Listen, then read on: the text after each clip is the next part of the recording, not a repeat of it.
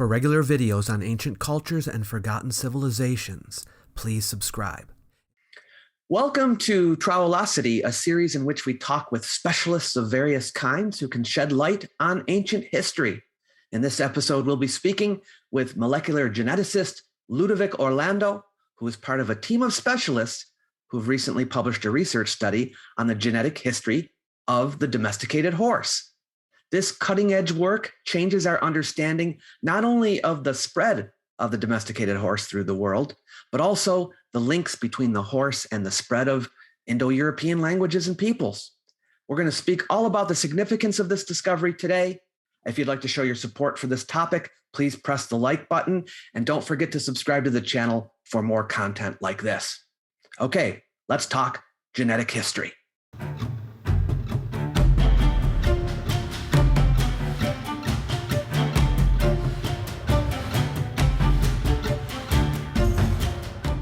Ludovic Orlando is director of the Center for Anthropobiology and Genomics of Toulouse at the University of Toulouse. He's a specialist in ancient DNA and is known for applying computational techniques to DNA sequence dating. Among his early career achievements are the sequencing of the oldest genome, the characterization of the first ancient epigenome, and the reconstruction of the genomic history of horse domestication, which we're going to discuss today. He has co-authored somewhere in the neighborhood of 177 articles in international peer-reviewed journals and has authored 2 books. He's the academic editor for Scientific Reports and Peer J, and editor-in-chief of Science and Technology for Archeological Research. I am absolutely thrilled to be able to speak with him today. Welcome, Dr. Orlando. Hi, how you doing, David? All right. Thanks for coming on. And I want to start out by asking you how you first became interested in genetics. Well, that dates back a long time ago, actually. You know, as a student at the university, I was always interested in the past. Should it be the historical past or should it be the evolutionary past? And since I opted for, you know, what we call here in Europe, hardcore science, you know, biology, maths, and physics, I guess my only choice was to go for evolutionary biology, right? And so at some point in my early career, I was really becoming a specialist of molecular biology. So the use of molecular tools that are, you know, tools that can help you study proteins, DNA, and all over different biomolecules. Then I started to realize that we could use those tools to read the message of biology in the DNA. And when you think about a message, then you can think about this as a sort of new historical source to some extent. So I realized that this text, which will not be written in our own alphabet, but really the genetic alphabet, can be really leveraged to study also the historical past. And when I started to realize this, all of a sudden, I could actually reconcile those 2 interests of mine, which are basically studying evolutionary biology as well as history. Now, you're said to have sequenced the oldest genome, is that right? And characterized the first ancient epigenome. How did that research forward our understanding of genetic history? Yeah, so I've been recognized for a long time to be at the source of the oldest genome indeed. So that was a horse that was living about 700,000 of years ago, somewhere in what we call today the Yukon Territory in Canada.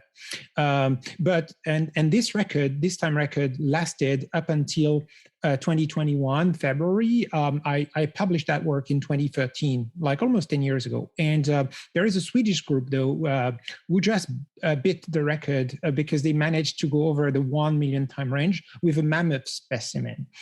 So it's the second oldest, if you will, ancient genome that we have characterized. But what was great about that is that when you know how the sequences or how the DNA molecules look like when it gets that old, then you can predict with chemical models how far back in time we could go with our technologies. And when we made this prediction, back in 2013, we anticipated that we could use the DNA text as a new historical source probably up to 1.5 million to 2 million years ago. So you see the time range of our technology is pretty large, in fact. And so you could document the past over significantly long evolutionary timescales.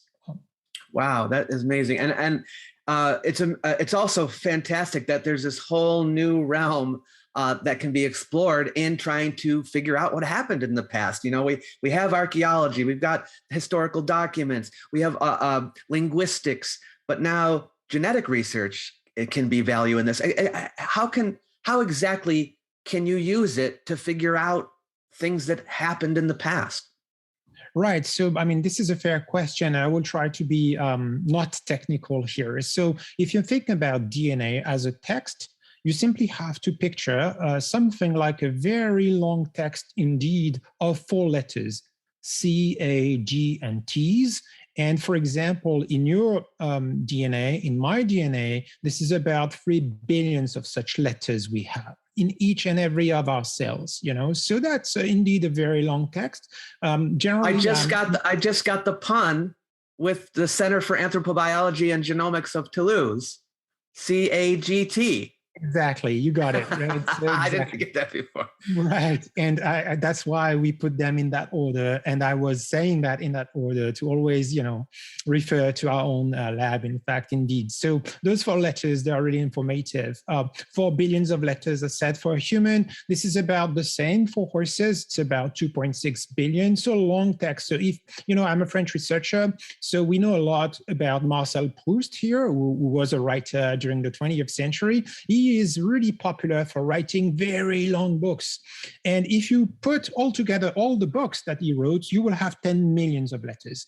So it's pick a wagon because it means that it's 300 times the whole writing of someone like Marcel Proust. So really long text in each and every of our cells, in each and every of us. Basically. And that's all information.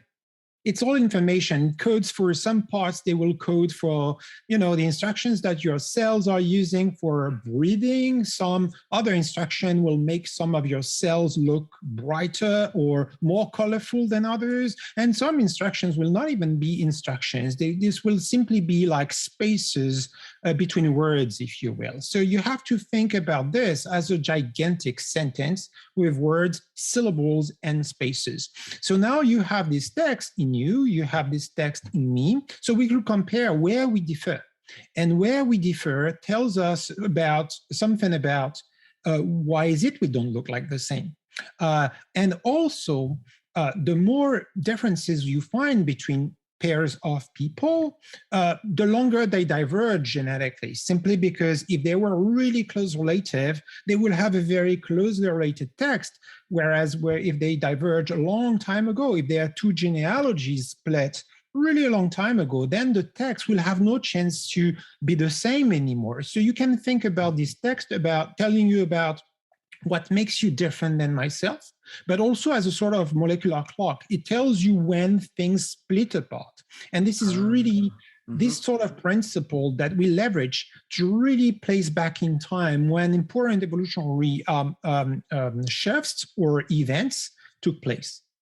I see. So I recently had my own DNA sampled for family tree and for and history and all that to figure out my own, and they're able with that to somehow figure out back however long, you know, where people may have from my family may have come from. It's kind of the same idea, right? It's a similar idea. I want to be very precise here with you.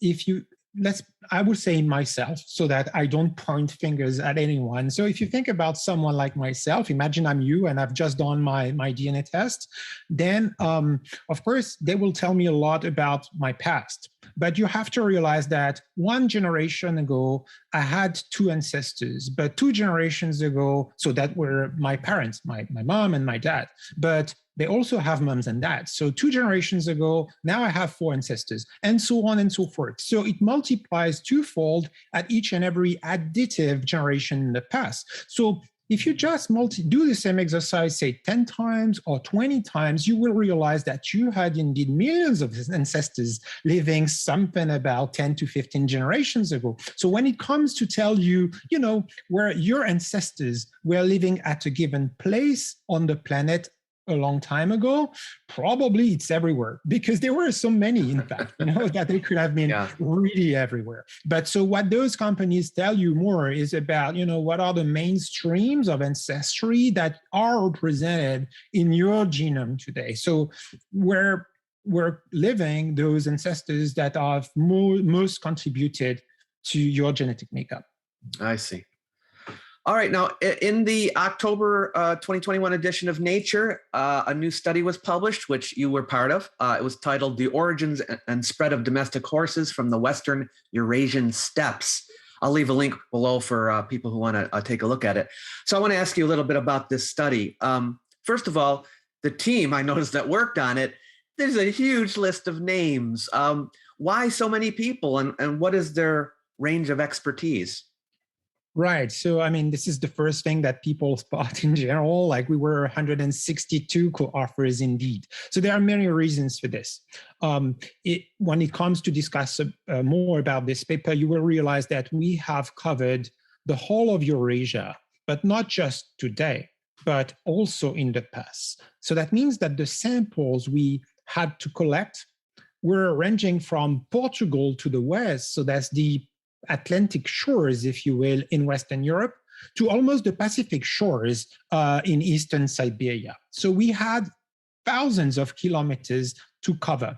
And of course, I cannot take a plane and travel to any country without, of course, having the authorization to actually legally get access to cultural material from any specific country. Mm-hmm. So if you want to do things in an ethical way, as we do as scientists, then you have to really develop long-term collaborations with the local people. So that means that you have to picture that for having access to each and every of such material, we had to really, and we were happy to do so, develop some collaboration with probably in this particular study to more than 20 different countries. So that counts for this, like, the material was really widespread at the geographical scale. Then there is, of course, the people we collaborate with, they are not just providers.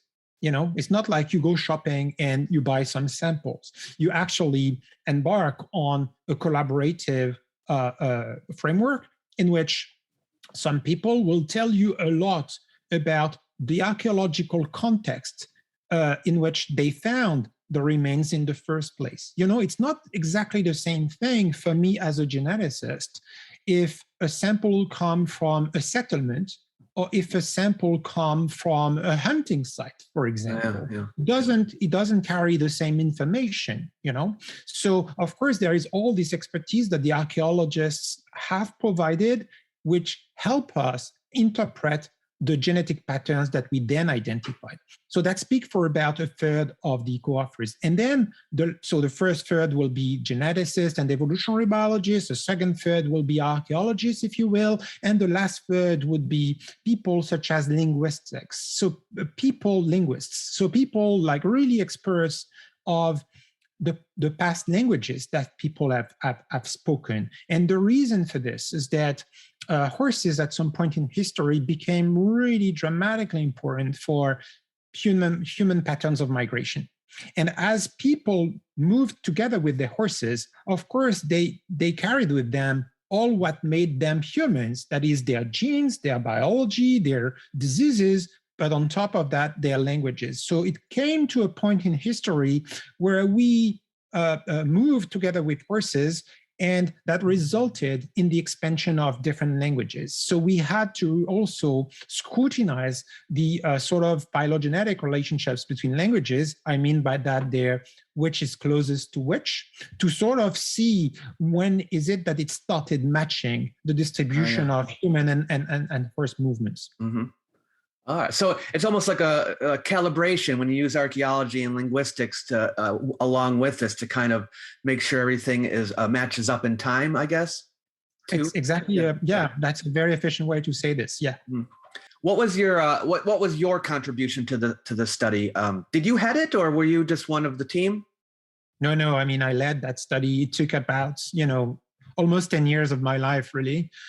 This is a project that I started back in 2012, 2013, and this has been the long-term objective of my research for almost a decade. So you don't have access to such a sample set overnight. It takes ages to actually collect all those specimens. It takes also ages to obtain all the genetic information, because remember, we are sequencing. That means reading billions of letters in hundreds of specimens, right? So that's gigantic amount of information.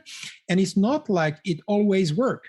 There is an equal number of samples, if not more, that totally failed. So we had access to others, but there was simply no DNA that we could actually manipulate and sequence in the end. So you really have to picture this work as really a long term or long time work that spread across many years. So my particular role was to actually design the whole project, obtain funding for this project. And what I did as well is coordinate both the lab work as well as the computational analysis. Of course, you have to have technical expertise into how you collect those DNA molecules, as well as how you will sequence them in the most efficient way. So that speaks for the lab part.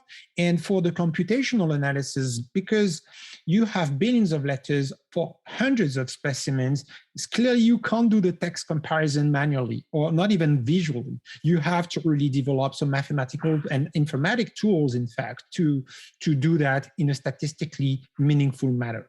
And so that was also my job, to develop such of a code or such mathematical methods, or to supervise people doing so. And then, of course, I did the writing of the final wrap-up of the whole study. Ooh, that sounds like a lot of work.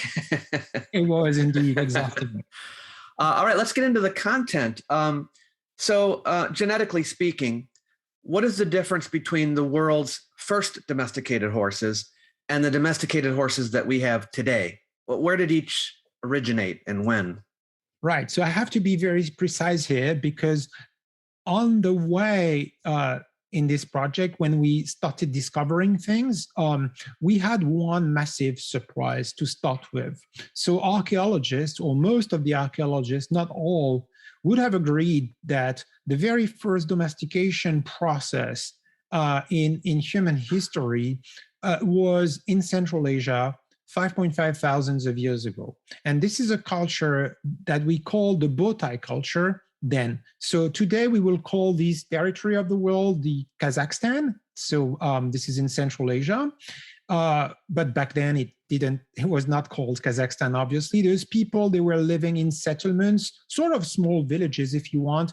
They had houses, of course, and we know of them for many reasons, but the most important is that this is one of the earliest sites that is associated with many, many horses. By that, I mean that they excavated, the archaeologists, hundreds of thousands of bones from Botai villages or sites, and 99% of the animals that are present are horses. So this is clearly people who settled somewhere in Central Asia. What time period is this? 5.5 thousands of years ago. We will call that 5.5 thousand? Okay. Yeah, so we will call that the E-Neolithic period, and we used to call that period the Copper Age, but we don't anymore, okay? So those people settled, and what we see in the archaeological record is that they really develop horses at an extreme level. In fact, their subsistence is only made of one animal resource, which is the horse. Then, of course, these horses we have archaeological evidence that they just do not simply have a lot. We have archaeological evidence that they parked them in enclosures. So they were doing corralling as well. On top of that, they were also milking those horses. We know this because if you look at the ceramics of those people, you will find fatty acids still today preserved that are characteristic of horse milk, not of cattle milk, not of horse fat, really the type of fat you have in the milk of a horse. So you see there is multifarious evidence that those people and horses had a very, very close relationship. So I recall there's a Greek legend that an ancient Greek legend that said, "Oh, the people up in the north, they're mare milkers," and I wondered if that might have something be a connection there or something. Anyway, that's interesting. Well, it sounds like it could be, right? It sounds like it could be indeed, right? And today, in Kazakhstan and Mongolia, they are still milking their horses, obviously, right? So it actually continued until the modern times. Mm-hmm. So really, we have those people, the Botai, and the first surprise that we have, they are thought as the earliest who have domesticated the horse for the first time. We sequenced their horses. And the surprise we had is that the text that they carried, those horses, is nowhere near the text that we see in any living domestic horse of today. Wow. So that means that they cannot be their ancestors. Otherwise, their text should be very similar. And they were simply too far off. So basically, the text not only is far off, but it's also closest to the only population of horses we know of today that we called the wild horses. This population is the population of Przewalski's horses, those who have been discovered by the Western world in the 19th century, somewhere in southwest Mongolia, north of China. Okay, so clearly what we learn here is that the earliest horses we ever domesticate are not the ancestors of those that are domesticated today.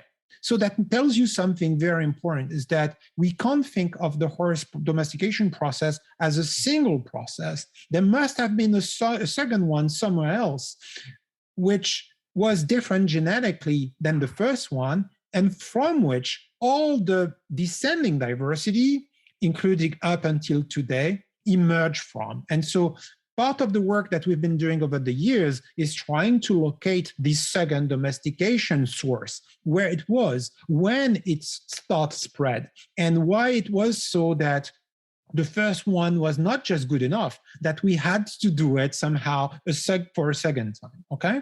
And so the exercise that we did then was to not just sequence the horses at Botai, the site that I've just mentioned, but really try to cover all of Eurasia at a key time period for horse domestication, which is about, 3,000 of years ago to 6,000 of years ago. This information we could have from radiocarbon dating. If you analyze some particular carbon elements from biomolecules, you could actually use that for dating. This is the science of physics doing that. So we had the time, we had their geographic spread because we knew where they were excavated. And so the only work that we had to focus on is try to have the text so that then at the map of Eurasia, you could spot which of the text will be closest to the modern version of the text that we know of today. And that way we could actually map back the source of the domestication. All right, so in other words, the Botai horses are not the ancestors of the modern domestic horse. Yeah. So now you've been able to determine where and when modern domesticated horses originated, yes? And where is that? So exactly. So that's not Central Asia anymore. And surprisingly for us, it's not in some places that people have predicted could have acted as sources. For example, Anatolia was one of the candidates. We showed that it was not Anatolia. Iberia, so Spain and Portugal, was another place that people actually hypothesized could have acted as the source. We rejected this. And the one that we actually found and supported was another candidate, which was north of the Caucasian range, the Caucasian mountains, and west of the steppes from today's Russia. So basically north of the Caspian and Black Sea, basically. Oh, so that's where they came. So this would have been an entirely different group of people that domesticated these horses, not the bow type. Right. Yeah, so we know this, in fact, because you have to think that the same work that we've done on horses, people have done the same work on humans, on the remains of the humans. And we know that the genetic background or the genetic makeup, if you will, of the people north of Caucasus and at Botai were not the same. they were different. So it's not the same population of peoples, in fact. They are indeed different people. There is a second difference between those two locations, is that Botai was 5.5 thousands of years ago, whereas the source of the modern domestic horses, we spotted it to have lived in the 3rd millennium BC, which is about 4 to 5 thousands of years ago. So there's a good millennium of a difference. Yeah, that's a big difference. Was there any interbreeding between the two groups? So this is an interesting question. We actually can test this genetically because we have the different versions of the text. And so if there was any inbreeding, there will be in the message, there will be some common words, if you will, right? Written the very same way. And so we really scrutinized the text to really identify such words. We did not find any. So clearly those two things actually did not exchange much. They were separate in terms of human populations, but they were also separate in terms of horse populations. Wow, interesting. So, are there any other domesticated horse groups or any other, like, are those the only two in the whole world, or were there other places that also domesticated horses separately? So that brings me to the next part of the paper that I think is really interesting. And, it tells a lot about how the human agenda can really change and impact the world. So indeed, there's no other groups. And one is actually has almost collapsed until now. The Przewalski's horses, indeed, were actually declared extinct in the wild back in 1960, right? So clearly... Are those the Tarpan horses, they're called? No, the Tarpan is something different. Oh, that's something different, okay. And they have become extinct indeed, but they are not the same. So they don't exist anymore. And so these Przewalski's horses became extinct in the wild in the 60s, like 50 years or 60 years ago. And they were, because extinct, not so many of them. The other one, the domestic horse, the modern domestic horse. So in the US, you have, the quarter horses, you have the standardbreds, you have anything that you picture as a horse will be a member of the second lineage. And basically, these are the horses we have everywhere else on the planet, basically. So you have one group which is like almost extinct, and the other one which are all the horses you can think of, okay? Wow. So that tells you that the second process was indeed extremely successful, because they managed to spread it out from this very location that we spotted north of the Caucasian range for thousands of years ago to 5,000 of years ago to the rest of the world. And what our paper shows is that they managed to spread them out in almost a few centuries only. So the success was not only massive, but it was immediate. It was almost overnight that when we invented this new type of horse, it became really fashionable. Everyone wanted to have that horse, probably because it gave you a very strong advantage in terms of how you could, move, how you could actually share work with the animal, and also share, goods and trade with your neighbors, in fact. So probably this was the equivalent of a sort of iPhone, but back 4,000 of years ago, when it was invented, everyone wanted to have this technology because it was so much important for the societies at that time. Wow. So the original domesticated horses just weren't as popular. Did they?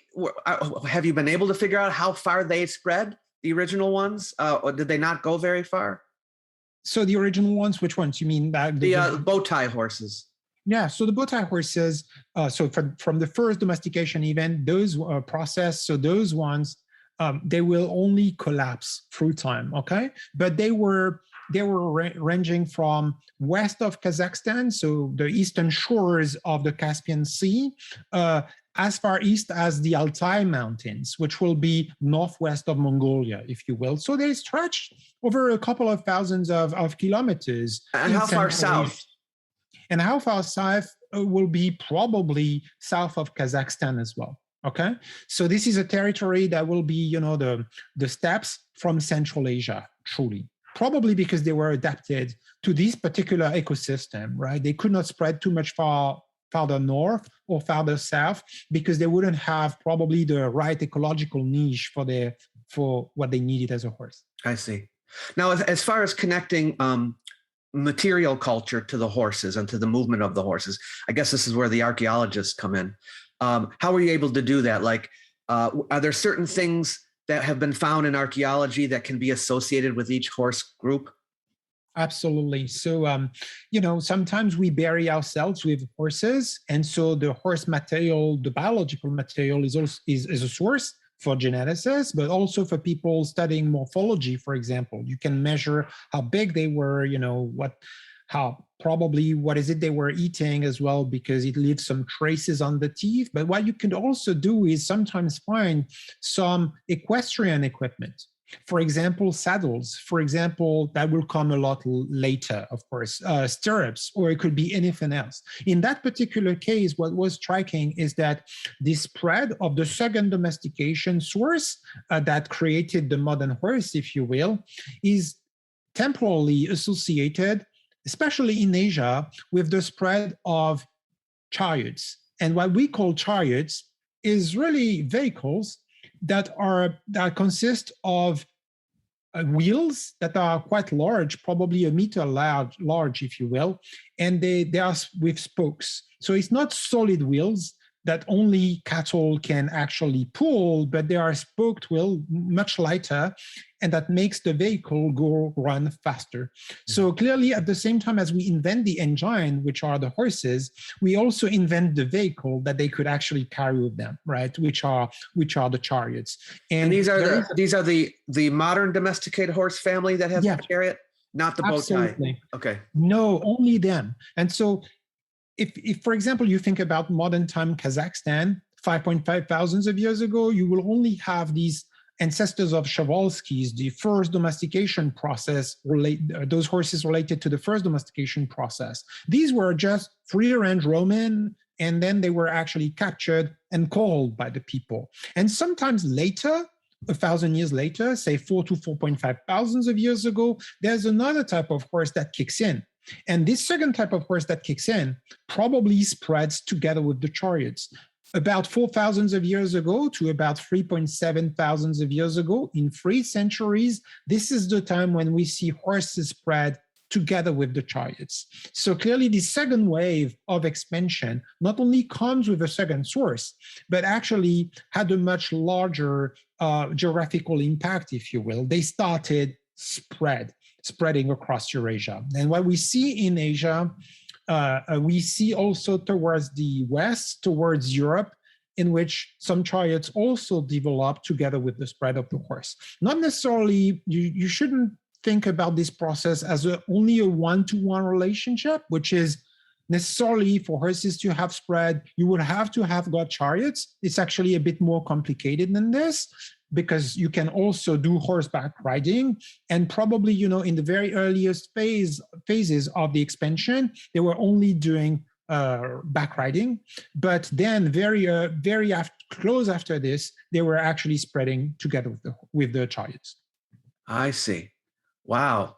Now, I had referenced the Tarpan horse. I just want to, I guess this is a side point, but I just wanted to ask a little bit about that, because that was in your study too. Now, that's not the same.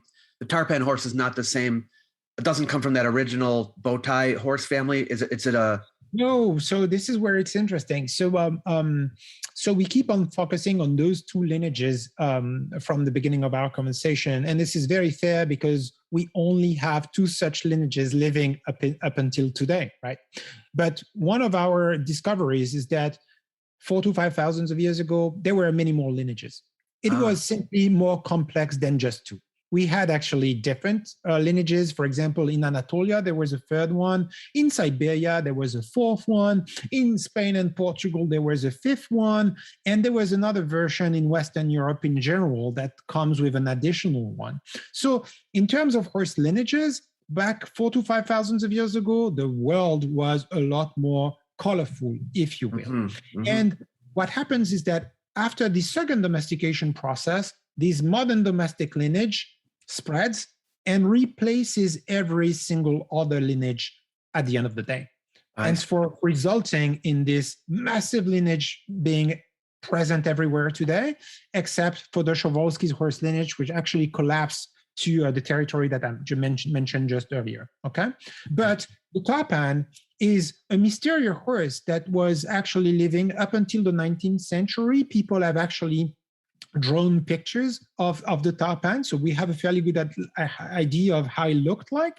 But ever since he was discovered, not domesticated, people have got some, hypothesis as to what it was. In fact, it doesn't look really like a regular Przewalski's horse. It doesn't look like really a domestic horse. It's like a sort of hybrid. So people said, oh, it could be a hybrid, or it could be something different. Or no, it's the descent of some domestic horses that went back feral, that went back into the wild. So basically, we didn't know. So we were lucky enough to get access to a specimen that was actually captured in Kalmykia, or in Crimea, so north of the Black Sea, about in the 19th century. So we could sequence that specimen, and we demonstrated that none of the hypotheses was really true. It was not a hybrid of Przewalski's and the modern domestic horse.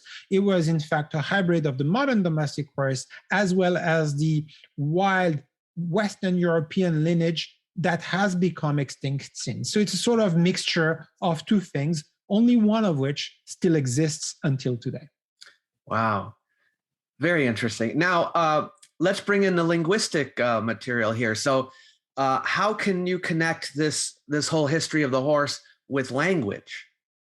Yeah, so that's, of course, here quite difficult to do, because back then, 5,000 of years ago, 4.5 thousands of years ago, in this particular region of the world, you really do not have writing. Okay, so you don't have words written somewhere that you could use as information to make the comparison. So what you have to rely on is indirect evidence, such as what are the words that are shared between the main language families up until today.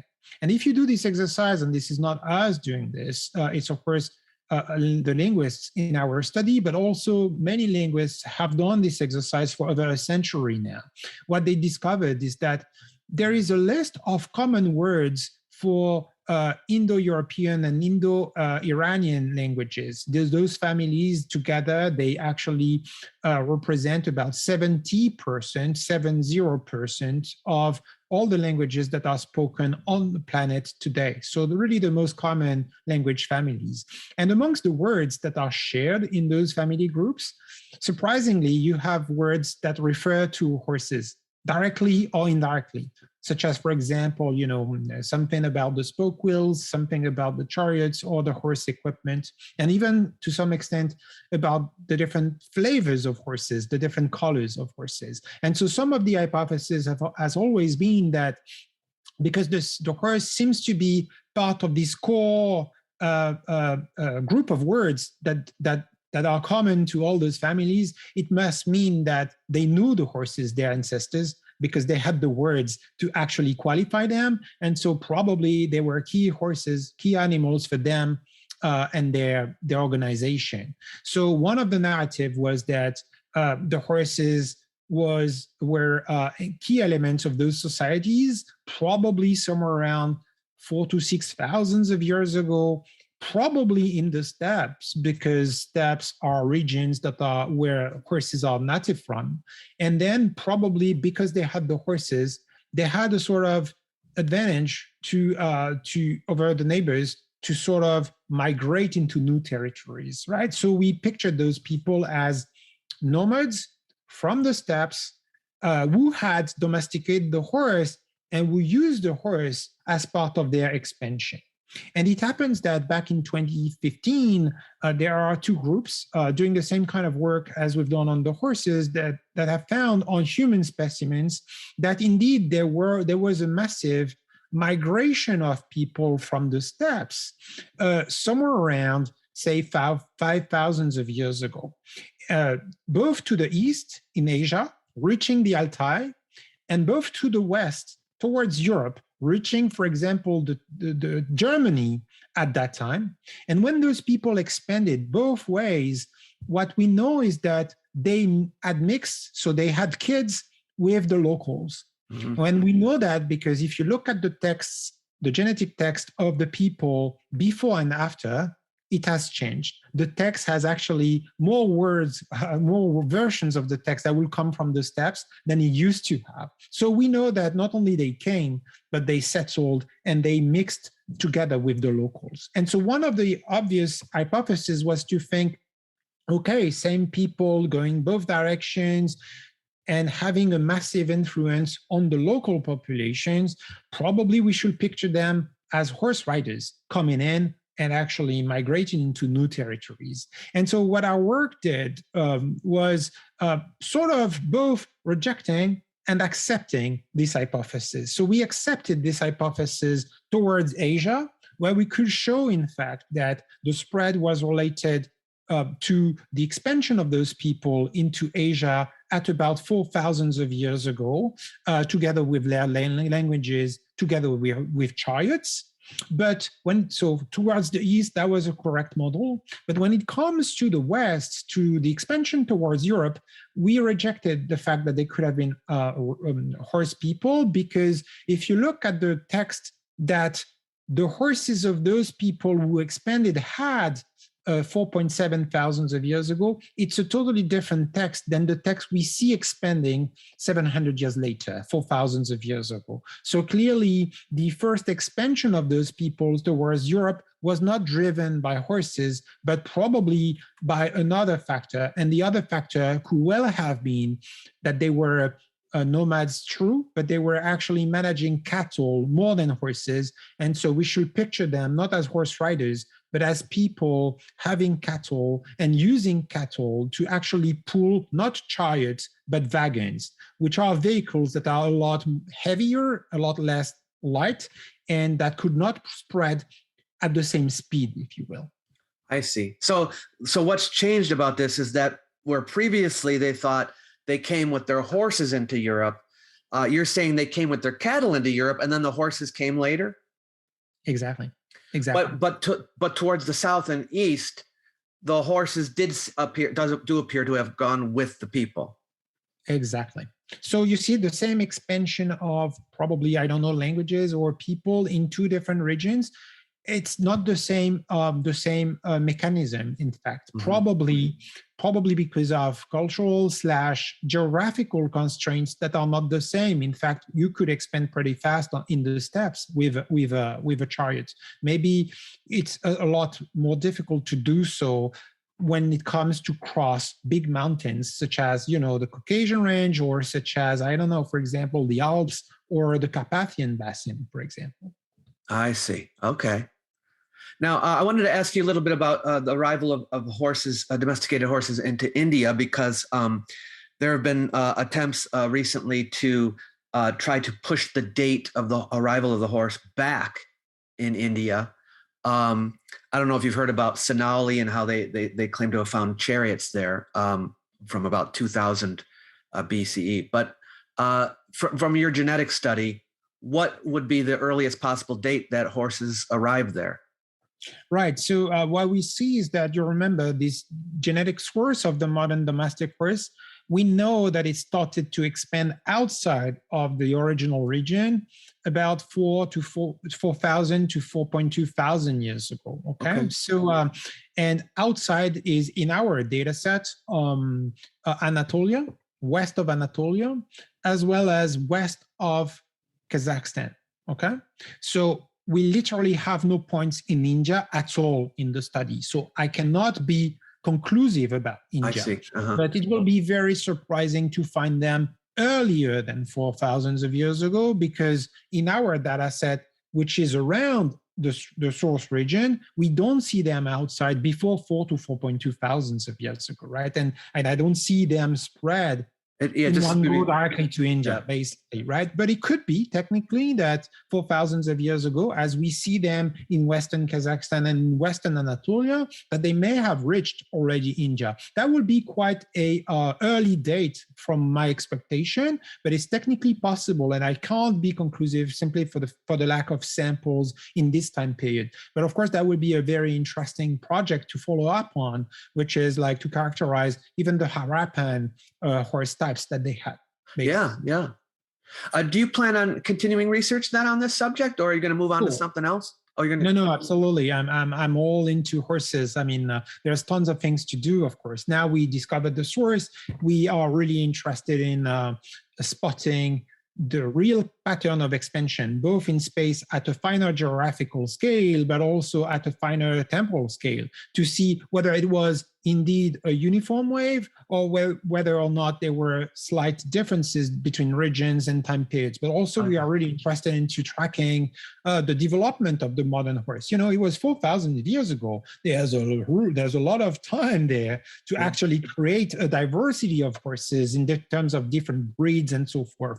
And what may be interesting for us will be to look at the horse types that, for example, I don't know, Achaemenids had, or, you know, the ancient Greeks had, all the Romans. Did they share the same horses, or should we view them as different types of horses? And maybe if they had different types of horses, maybe you learn more about the advantage that the horse as a machine, as a war-making machine, could have given to some particular societies of the past. So clearly we're only at the beginning.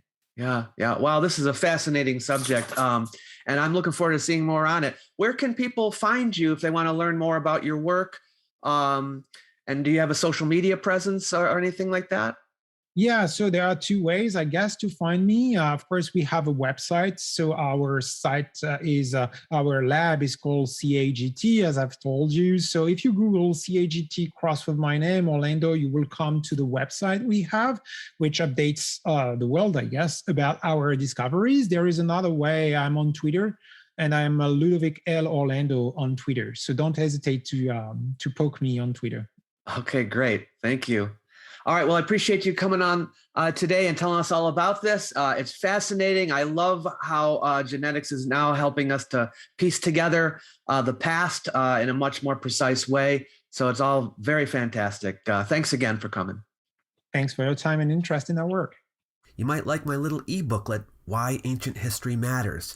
It's designed to persuade people that the subject is important, even in the modern world. You might also wish to use it to help spread the word. So feel free to share it with someone you know. It's free for anyone who wants it. I've left a link in the description box below the video for you to grab a copy. Catch you later.